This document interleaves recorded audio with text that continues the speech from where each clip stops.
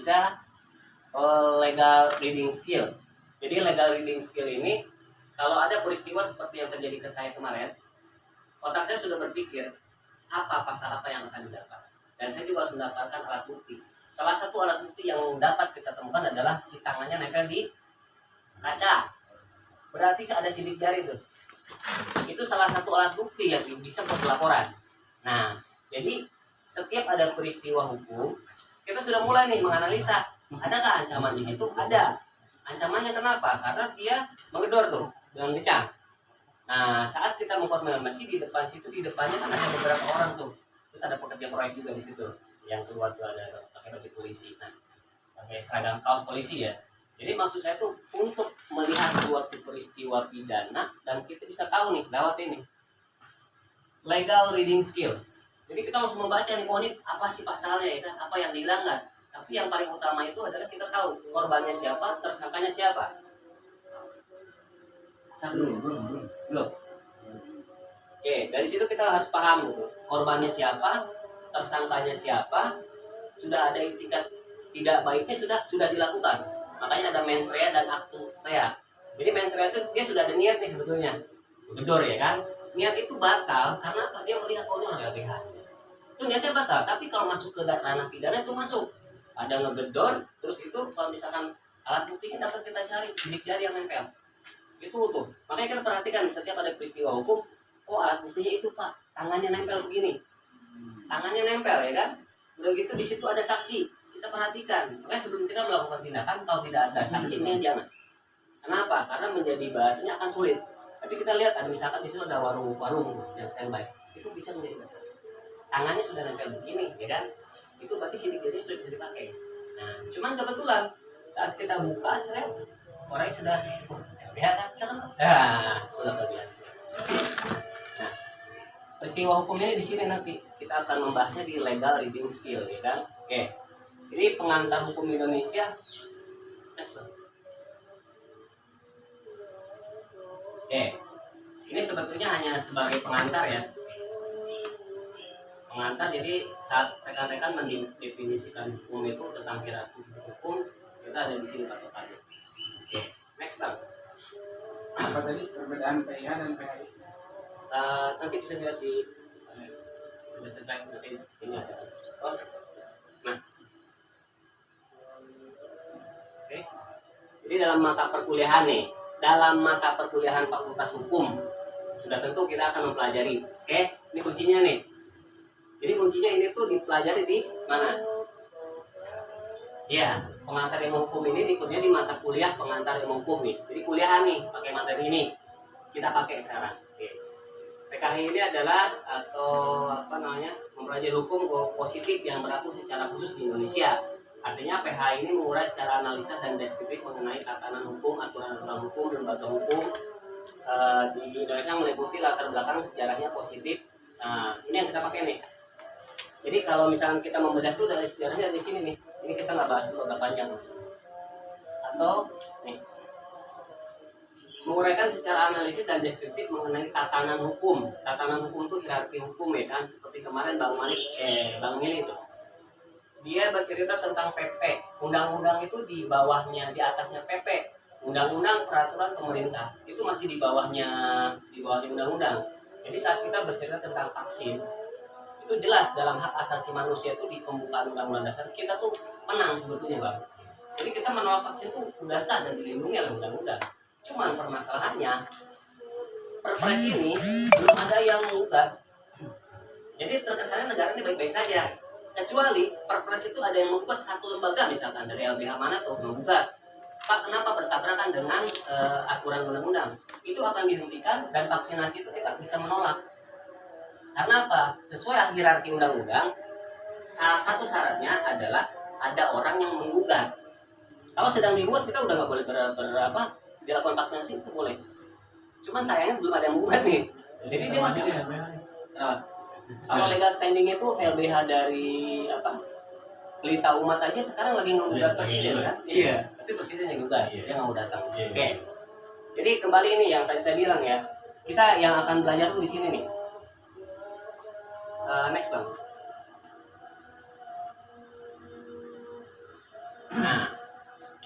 Pakar Hukum Indonesia. Ciri, sifat, tujuan, dan alasan perlunya hukum. Nih, cirinya hukum. Jadi kenapa ini kita belajar seperti ini? Jadi nanti rekan-rekan tahu. Misalkan dilarang buang sampah, itu tidak bisa dibilang hukum. Kenapa? Karena tidak memenuhi unsur ini. Adanya perintah dan larangan. Perintah dan larangan harus dipatuhi oleh semua orang. Nanti di next slide berikutnya itu harus ada sanksi, harus ada lembaga yang mengeluarkan. Jadi kalau misalkan dilarang membuang sampah, itu bukan hukum. Kenapa? Karena tidak masuk ini nih, syaratnya tidak terpenuhi. Betul. Tapi kalau tulisannya dilarang membuang sampah di area ini sesuai perda nomor sekian misalkan ya kan, dendanya 500.000, itu benar, itu udah hukum. Kenapa dibilang hukum? Karena satu, lengkap unsurnya, ada perintah, terus ada larangannya, terus ada sanksinya, terus ada lembaga yang mengeluarkan. Siapa yang mengeluarkan adalah pemerintah provinsi atau perda. Itu sah. Kenapa? Karena unsurnya terpenuhi. Jadi kalau misalkan dilarang membuang sampah di area ini, ya kan, itu tidak bisa, ini hukum, bukan hukum, itu anjuran. Itu tidak bisa didasar, misalkan bang nggak boleh buang sampah sembarangan, ada tulisan dilarang buang sampah. Ini bukan hukumnya. Kenapa? Karena tidak ada sanksinya, tidak ada, terus tidak ada lembaga yang mengeluarkan. Berarti bukan hukum, itu masih sekedar anjuran. Oke, next slide bang. Ya, masih personal, itu salah satu ciri hukum. Nah, sifatnya hukum itu memaksa dan mengatur. Jadi kita dipaksa, kalau di pidana itu kita dipaksa untuk mematuhi, ya kan? Mengatur. Jadi mengatur ini kalau terkait dengan hubungan dengan hak masyarakat masing-masing kan punya hak. Kita atur nih, Pak, Bapak haknya misalkan, Pak saya bekerja di sini, aturannya apa, ya kan? Ya kan, Pak saya lagi berjualan nih, kita atur nih, regulasi jualan itu harusnya di tempat ini Pak, di sini nggak boleh, ya kan? Di sini nih, memaksa orang kalau masih kita suruh, tapi masih nggak mau, itu ada tindakan keras kan, memaksa. Makanya kenapa PP atau Satpol PP sampai bisa memaksa dan mengatur harus tutup? Karena apa? Dia sudah ada dari ya sudah ada aturannya, makanya dia berani. Kenapa? Dia tidak bisa disalahkan karena sudah ada aturan. Nah, jadi sifat hukum, wah kita merasa terpaksa, kok diatur-atur sih? Ya inilah sifat hukum. Jadi kalau hukum tidak memaksa dan tidak mengatur, itu bukan hukum. Oke, next slide. Benar juga ya, sama perusahaan memaksa kita bervaksin itu benar. Itu termasuk sifat hukum juga. Nggak bisa kalau Aja deh. Itu kan udah peraturan dari perusahaan. Satu materi untuk mahasiswa hukum, ya kan, sudah ada tuh penjelasannya. Jadi salah satunya kita sudah mempelajari, ya kan, sedikitnya. Jadi pertama dari sifat hukum, ada tujuannya, ya kan. Oke, sekarang dari kan tadi ada dari cirinya hukum sudah ada, sifatnya, ada ciri, ada sifatnya, ada tujuan hukum. Ini tujuan hukum itu adalah represif dan preventif. Jadi preventif itu pencegahan. Pencegahan itu jadi begini.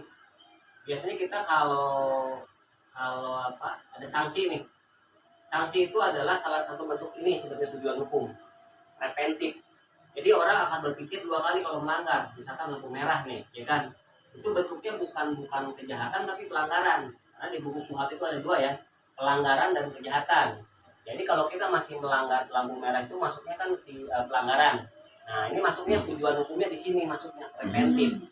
Jadi preventif itu kalau orang ada sanksi dia akan berpikir 2 kali. Kalau misalkan ditilang itu kan ada sanksi tuh. Nah, ini yang disebut dengan tujuan hukum adalah preventif. Jadi orang akan berpikir 2 kali untuk melakukan pelanggaran. Kenapa? Karena ada sanksinya di situ. Ini salah satu tujuan. Terus represif. Represif itu adalah tahapan kedua dari ini. Jadi preventif itu kalau dikasih misalkan ditilang dia sudah tidak mempan, melakukan kesalahan lagi. Sampai kan ada pencabutan SIM ya. Kalau berapa kali melanggar SIM dicabut. Nah, masih melanggar juga SIM sudah dicabut, masih bandel ya kan? Melanggar ugal-ugalan. Akhirnya apa? Terkenalah represif. Represif itu adalah hukum pidana, penjara. Jadi penjara selama 3 bulan atau sesuai dengan tingkat pelanggarannya. Ya kan. Nah, jadi represif itu salah satunya, orang kalau sudah bandel nih, di preventif gak bisa.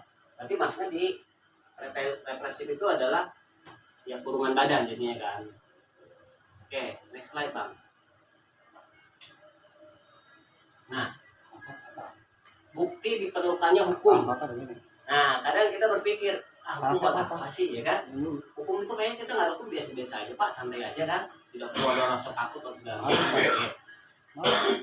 Nih, bukti diperlukannya hukum. Jadi saat orang cakap, emang hukum perlu sih? Perlu. Nih, salah satunya psikologi. Jadi psikologi itu kita misalkan Kang Didi lah jualan. Kang Didi jualan. Nah, ini kita ngomong psikologi ya. Bukti diperlukannya hukum itu adalah memenuhi kebutuhan psikologi kita. Kalau tidak ada hukum ini, Kang Didi akan ketakutan jualan. Kenapa?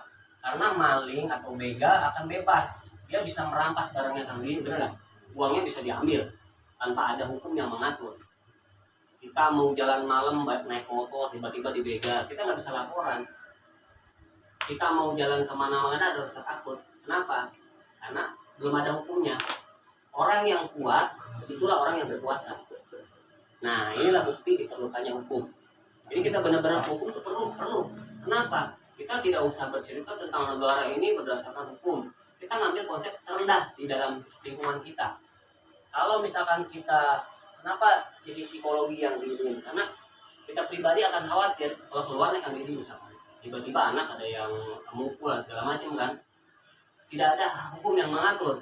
Nah, kalau adanya hukum semua akan teratur. Nah, psikologi ini kita akan merasa tenang, akan merasa nyaman, akan merasa kalau misalkan ada apa-apa, tenanglah. Pikiran kita tenang. Kenapa? Karena kita ngerti bahwa hukum itu ada untuk menyelesaikan permasalahannya, ya kan? Seperti ada intimidasi dari berbagai macam pihak. Kita ini sudah disinilah salah satunya, ya kan? Tujuan hukum diperlukannya hukum adalah secara psikologisnya itu diperlukan. Terus yuridis praktis. Nah, ini bertolak belakang dengan psikologi nih. Yuridis praktis itu adalah orang membunuh tapi tidak dipidana. Ada aturannya, ada hukumnya. Orang membunuh tapi tidak dipidana, bebas. Ya kan? Tapi ini bukan salah satu di pasal 49 ya. Kalau pasal 49 adalah pemaaf dan penghidup pidana ya. Oh, ini bukan. Di sini kenapa para pemikir hukum itu berpikir kenapa sih yuridis praktis ini penting? Yuridis praktis itu adalah orang yang membunuh tapi tidak akan dikenakan hukuman. Orang yang tidak ingin melakukan kejahatan tapi dipaksa melakukan bukan kejahatan ya, perbuatan menghilangkan nyawa orang. Tapi tidak dihukum. Siapa itu? Salah satunya eksekutor penembak mati. Karena kan hak asasi manusia ini tidak boleh ya kan orang membunuh. Tapi dilindungi, pakai ini yuridis praktis. Jadi orang-orang yang pengen membunuh sudah dilindungi. Jadi murid masing-masing mau dia mengambil nyawa atau nyawa yang dihilangkan masing-masing dilindungi.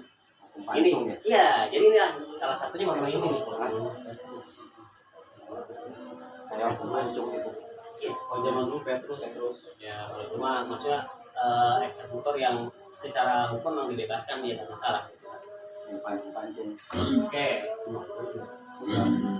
Bukti diperlukannya hukum ini nih, dalil hukum dari Cicero, ubi societas ibi ius.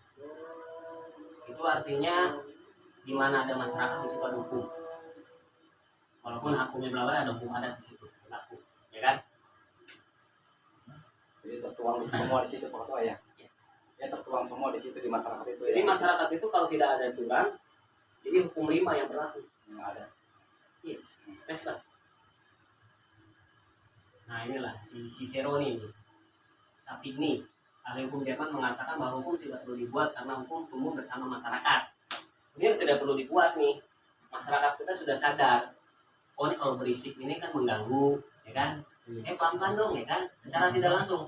Tapi ada orang yang tidak mengerti. Udah santai aja bang, ya kan? Nah, disinilah sebetulnya tuh tumbuh bersama masyarakat artinya hukum bukanlah suatu produk by design. Dia mengikuti proses yang berjalan secara diakronik. Oke, next slide Pak. Nah, ini sistem hukum. Saya sudah pernah nge-share ya beberapa potongan dari sini. Jadi kita kadang berpikir, memang sistem hukum itu ada berapa sih, ya kan? Apakah cuma di Indonesia doang nih, ya kan? Nah, ternyata ini ada hukum itu ada ini, sistemnya seperti ini. Jadi Eropa kontinental, Anglo-Saxon, sistem hukum adat. Ini sudah ada nih di daerah Baduy mungkin ya, kalau di sini ya adat itu kan. Terus sistem hukum Islam. Sistem hukum Islam itu masuk di hukum positif ada. Di kompilasi hukum Islam. Masuk tuh. Jadi Islam ini sebetulnya ini udah masuk nih. Ini belum masuk tertulis ini, tapi ini sudah masuk. Hebatnya ini nih, hukum Islam sudah masuk di hukum positif kita. Di kompilasi hukum Islam ini masuk dan terdaftar di pengadilan agama. Makanya bilang orang Islam hebat, bangga. Kenapa? Nih kita tercatat nih. Iya. Kompilasi hukum Islam kami dari sini, sistem hukum Islam. Ya salah. Cerai, wakaf segala macam di sini pengadilan agama ininya. Oke, nextnya. Ini Eropa kontinental. Cirinya seperti ini. Next Bang. Eropa kontinental itu bentuk hukum tertulis. Oke, bentuk hukum tertulis itu UHAP, UPER, kompilasi hukum Islam itu tertulis semua. Ya kan? Itu hukum tertulis. Kalau yang tidak tertulis kan hukum adat ya. Terus adanya kodifikasi hukum. Pernah mendengar 378, 351, ya kan? 170. Kenapa sih kita tidak berbicara? Pak, pasal 170. Kenapa? Kenapa kita ngomong tidak pasal berapa? 360, Pak. Pak, pasalnya 378. Itu salah. Nih, ingat ya rekan-rekan ya. Kalau kita ngomong pasal berapa? 170. Itu salah. Kenapa salah? Ini dia nih. Alasannya ini nih. Kita ngomong 170 dan 170 itu fatal. Kalau orang LBH bilang pasal berapa Pak? 170 itu salah. Pak, pasal berapa? 378, 378. Orang berpikirnya udah bakal ini dulu. Orang cara berbicara pasal itu benar apa enggak? Kita ngomongnya alasannya apa sih Pak? Misalkan kita ngomong kenapa enggak harus 378, kenapa harus 378? Alasannya apa? Alasannya ini. Adanya kodifikasi. Jadi yang kita sebutkan itu bukan urutan 170, tapi 170 itu bukan urutan, disebutnya kodifikasi. Ini fatal nih. Kode. Jadi kita nggak boleh ngomong pasal berapa Pak? Pasal 378 itu salah. Kenapa? Kita membaca bukan urutan tapi kodifikasi. Nah ingat ya, jadi kadang-kadang kalau ngomong ke orang misalkan pasal berapa? 170, orang waduh tukang dagang rujak mungkin ya kan bahasanya. Kenapa? Karena ngomongnya seperti itu. Dia orang LBH tapi berapa pasalnya 170 Pak? Lah, padahal yang tepat itu adalah 170. Alasannya apa? Ini alasannya adanya kodifikasi hukum. Jadi yang kita bilang itu bukan nomor urutan tapi kode.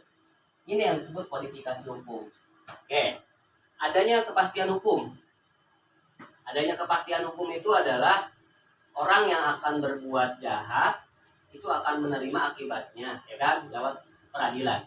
Jadi adanya kepastian hukum ini satu, misalkan kita penangkapan ini yang sekarang ini jadi bahan permainan tuh di sini. Adanya kepastian hukum, pernah ada orang ditangkap lewat dari 1 kali 24 jam itu masih ditahan padahal 2 alat bukti tidak terpenuhi.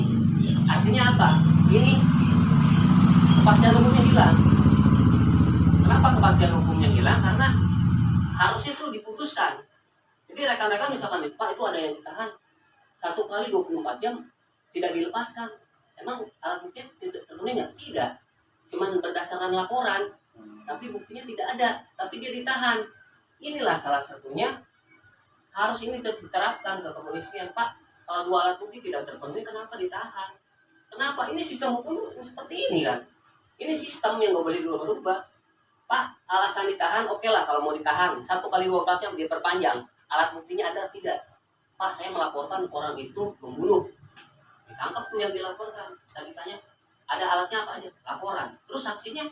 Saksi nggak ada. Alat bukti nggak ada. Tapi masih ditahan. Itu nggak boleh. Jadi kita paham, oh ini penahanan itu nggak boleh lewat. Yang penting ada 2 kan? Tiba-tiba ngarang, oh ada Pak saksinya. Oh dia hadirkan. Kita Pak, Bapak orang mana? Saya orang Bandung Pak. Kejadian di mana? Di Rajek. Aku bisa jadi saksi, ya kan? Saya kebetulan lewat, Pak. Nah, itu akan aneh saksi. Kenapa? Karena tidak kuat. Jadi maksudnya adanya kepastian hukum itu sudah dipastikan. hukumannya berapa, tingkat penangkapan berapa.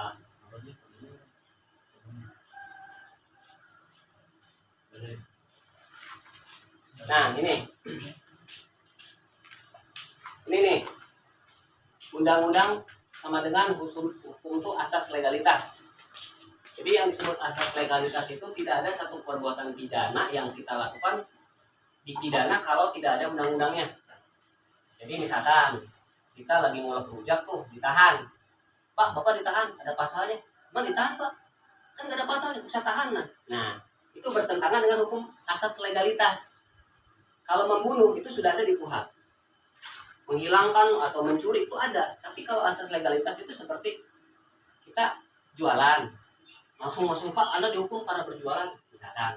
Kenapa? Itu nggak bisa. Karena tidak ada pasal yang dilanggar. Pak, saya mau ditahan, gimana ceritanya? Orang nggak ada yang dilanggar.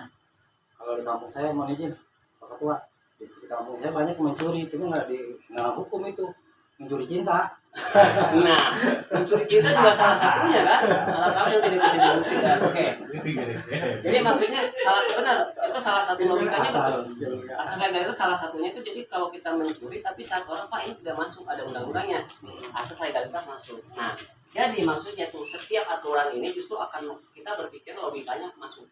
Jadi misalkan Pak, Bapak ditangkap, kenapa ditangkap?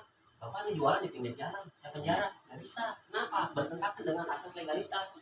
Kita ngomong Pak, nang pasal berapa? Nggak usah ngomong pasal berapa. Ini Pak, asas legalitas itu nggak bisa. Walaupun itu pinggir jalan udah nggak boleh, mau dilarang. Ya, maksud gini, hukum asas legalitas itu adalah misalkan nih, kita kan tiba-tiba lagi jual, kan nggak ada aturan yang melanggar, tapi kita ditangkap, itu nggak boleh. Karena ini hukumnya asas legalitas, ya kan? Itu udah dilarang, kita nggak boleh, ya kan? Itu ada aturannya. Tapi kalau misalkan tiba-tiba kita tidak melakukan hal pidana, tapi ditangkap nih, bertentangan dengan apa? Ini nih asas legalitas. Tidak ada satu perbuatan pidana yang bisa dipenjara kalau tidak ada pasalnya. Makanya saat undang-undang terorisme kan belum ada undang-undangnya nih, lalu dibikin kan? Nah seperti itu udah bilang asas legalitas. Nah ini paling menohok ini nih sebetulnya. Hakim memutuskan perkara harus berdasarkan undang-undang. Nih yang berat nih. Ada tukang bubur yang 5 juta didenda. Masih ingat ya? Nah ini salah nggak hakim? Nggak salah. Kenapa? Karena dia memutuskan berdasarkan undang-undang. Ada undang-undang karantina tentang wabah. Lah, dendanya berapa? Benar 5 juta. Salah nggak hakim? Nggak salah. Kenapa? Dia berdasarkan undang-undang. Jadi orang, hakim sewenang-wenang. Dia juga nggak bisa disalahin, Pak. Misalkan asal ngadu ke MK atau ke tipikor mana, itu nggak bisa. Kenapa nggak bisa? Karena ini loh, kan saya berdasarkan undang-undang Pak memutuskannya, benar ya? Nah ini asas legalitas tuh di sini. Memutuskan perkara harus berdasarkan undang-undang. Jadi walaupun dia ada hati nurani, kasihan kan? Tapi sebetulnya hakim itu bisa memutuskan terendah. Misalkan Pak ini kan mangkok jualan mangkok 1 mangkok 15.000, 3 mangkok itu 45.000. Itu bisa diminimal karena di situ maksimal 5 juta. Tapi tidak ada minimal. Berarti kan bisa di bawah 5 juta, bos 100 berapa kan? Nah itu bisa dilakukan, tapi hakim ini tidak menerapkan. Terus kita protes itu tidak adil segala macam. Dia bukannya tidak adil, dia melaksanakan ini. Hakim memutuskan berdasarkan undang-undang. Dia putuskan, kenapa? Karena dia berdasarkan ini 5 juta Pak, benar nggak? Benar. Kenapa benar? Karena ada undang-undangnya. Cuman tidak ada rasa keadilan, ya kan? Jadi hakim itu tidak melanggar. Wah hakim tidak benar, itu nggak melanggar. Kenapa? Karena ini dia menggunakan ini, dia sudah sesuai prosedur, tapi tidak ada rasa keadilan di situ. Pak, kenapa sih Pak sampai 5 juta? Kan bisa 200.000, ya kan? Digugat juga nggak bisa. Kenapa? Karena ini nih. Oke. Terus ada lembaga yang berwenang membuat undang-undang. Nah ini nih, ini yang saya bilang trias politika. Ada lembaga yang berwenang membuat undang-undang. Trias politika itu adalah eksekutif, legislatif, dan yudikatif. Eksekutif presiden, legislatif itu adalah MPR ya, yudikatif di MK atas lah, konstitusi. Jadi kalau misalkan hukum Eropa kontinental ini harus ada lembaga yang mengeluarkan nih undang-undang ini. Jadi dia membuat undang-undang. Jadi presiden itu tidak bisa membuat undang-undang. Nih presiden ya. Jadi yang dikeluarkan kenapa tidak undang-undang presiden? Karena presiden tidak boleh membuat undang-undang. Tujuannya biar undang-undang dibuat oleh legislatif, kan perwakilan masyarakat, mewakili rakyat. Nah, makanya presiden kenapa tidak boleh membuat undang-undang? Alasannya apa? Itu untuk membatasi kekuasaan eksekutif. Jadi presiden tidak boleh sewenang-wenang. Pertanyaannya tentang vaksin. Nih, tentang vaksin. Kira-kira lembaga yang berwenang membuat undang-undang itu adalah legislatif. Wakil rakyat itu setelah dia mengeluarkan perpres, dia langsung koreksi, Pak, ada teriakan dari rakyat masyarakat. Ada 100 orang yang menolak vaksin. Legislatif langsung merevisi PP ini, Pak, tolonglah. Jangan sampai kalau memang tidak mau divaksin, tidak boleh sampai hak untuk mendapatkan bantuan atau mendapatkan administrasi itu dihilangkan. Itu nggak boleh. Sebetulnya dia perpres ini dia kenapa bebas? Karena legislatifnya tidak ada komentar. Kenapa dia yang bisa legislatif yang bisa mempunyai hak bertanya ke presiden? Pak, kenapa masih bikin peraturan yang melanggar undang-undang? Makanya trias politika itu adalah yang eksekutif, dia presiden, legislatif ini MPR, wakil rakyat kita tuh. Jadi kalau kenapa disebut wakil rakyat? Jadi kalau ada keputusan dari presiden yang tidak sesuai dengan hati nurani kita, dia akan berteriak, Pak, ini nggak bener, Pak. Masa rakyat nggak mau divaksin menghilangkan hak dasar loh. Jadi kita kalau nggak mau divaksin nggak dikasih PLT, terus dia untuk membuat perizinan administrasi dipersulit atau tidak dilayani. Berarti kan menghilangkan hak dasar kita yang dianut oleh undang-undang. Tapi si legislatif ini diam saja. Padahal fungsi harusnya bekerja nih. Karena legislatif itu mewakili masyarakat. Karena eksekutif akan mengatur tuh dampaknya kepada masyarakat. Jadi kalau setiap peraturan presiden akan berdampak ke masyarakat. Makanya ada wakil rakyat untuk apa mengkoreksi. Jadi kalau rekan-rekan berpikir, kok kayaknya nggak adil ya. Sebetulnya kalau ini diterapkan adil, Pak. Wakil kita langsung protes. Pak, nggak bisa itu. Alasannya apa sih nggak bisa? Karena undang-undang itu dasarnya adalah. Tapi kedua memang secara politis ya, wakil rakyat itu kan memang notabene berasal dari partai ya, dimana dari pendukung partai itu kan yang presiden itu memang didominasi oleh pendukung presiden tadi ya. Misalkan contoh di Golkar dan ini, jadi sehingga itu tadi karena kekuasaan juga. Jadi begini Pak, betul. Silakan. Itu salah satu pendapatnya yang memang secara yang kita lihat Pak ya. Tapi kalau saya pernah nge-share undang-undang partai Pak. Saya pernah nge-share undang-undang partai. Salah satunya undang-undang partai itu adalah kita tidak berbicara tentang PDI atau PKS atau Gelora nih, ada Gelora nih, orang Gelora sih kan. Kita tidak berbicara tentang partai itu. Tapi semua partai punya kewajiban adalah menegakkan konstitusi. Semua partai. Ya, benar. Mau apapun benderanya, mau apapun agamanya, dia punya kewajiban untuk salah satu pendirian partai itu. Salah satu fungsinya adalah menegakkan konstitusi. Jadi dia bilang, Pak, ini nggak benar Pak. Saya mau di PDI, mau di apapun, ini nggak benar. Kenapa nggak benar? Simpel Bang. Kira-kira ya, kalau bahasa saya, kenapa saya ngomong simpel? Kenapa perpres ini tidak digagalkan oleh legislatif? Padahal salah. Oh, taruh dari mana Bang salah? Pertama membacanya dari hierarki. Dari undang-undang itu tertinggi, undang-undang baru aturan pemerintah segala macam kan. Berarti perpres itu kan di bawah undang-undang. Itu udah salah kalau ngambil presiden. Kalau tidak divaksin tidak dapat PLT, terus tidak dapat layanan administrasi. Kira-kira yang dilanggar apa? Undang-undang. Undang-undangnya apa? Hak dasar manusia itu adalah memilih. Dia boleh memilih fasilitas kesehatan yang mau diminta. Ya.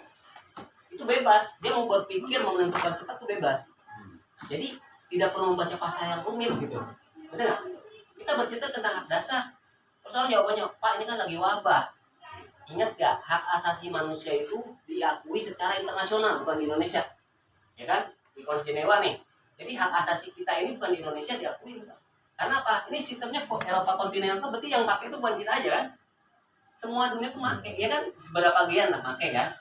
Berarti sebenarnya pada dasarnya hak asasi kita itu sebenarnya dilindungi undang-undang, tapi diambil sama presiden, ya bertolak belakang, tapi legislatif diam saja. Jadi kalau Bang emang salah nggak sih kalau divaksin tidak? Salah nggak Bang? Salah. Melanggarnya apa yang Itu dia kalau menurut peraturan presiden tak salah. Tapi kalau menurut peraturan undang-undang mah salah. Benar. Kang Didi,